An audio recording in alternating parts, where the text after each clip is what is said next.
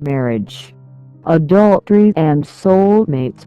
It's natural to be attracted to someone other than your spouse. The client of ours told us that she is comfortable with not committing adultery. She says that the Bible indicates that lusting after another is still considered adultery.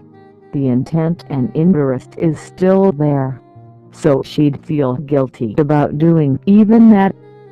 She feels that since she married her husband, she should be entirely focused on loving him and no one else.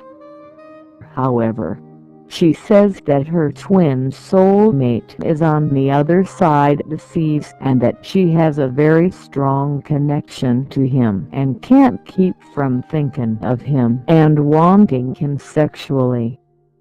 She asked us if we think her love for her twin soulmate would be considered adulterous, even though she says she has never even met him in person in this life.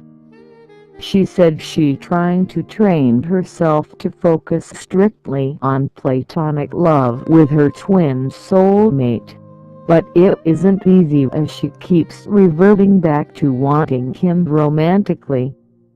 We recommended that she reassess her belief of twin soulmates or twin flames, etc. as some call them, as it's debatable whether or not it's a New Age myth.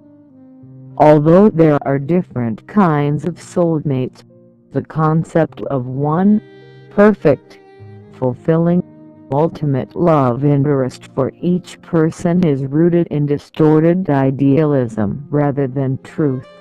As many in our field involving past life research have found, the twin flame or twin soul is thought to be a soul who completes you, who is your other half.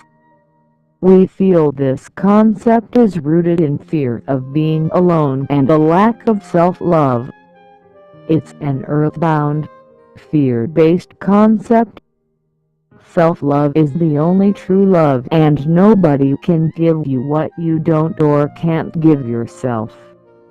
The soulmate is defined as someone you have known in a prior life, and everyone has many soulmates. Some are family, some are co-workers, some are enemies, and some are lovers. Some soulmate connections involve mostly challenge, and some few involve mostly reward.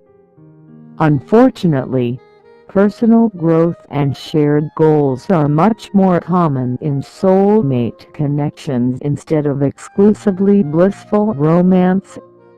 We told the client that it's unhealthy to suppress her true urges, and that we don't recommend trying to fool herself into thinking that she doesn't have sexual attraction to someone other than her husband.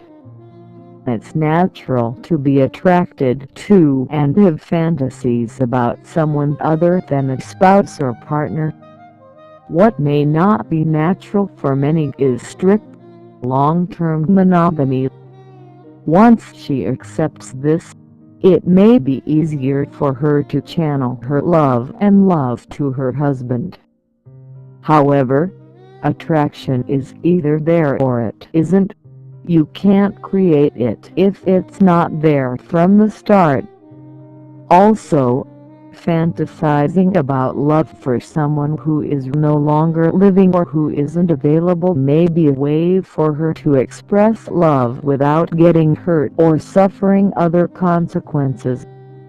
We told her to ask herself if that applies to her and whether or not leaving the past behind would serve her.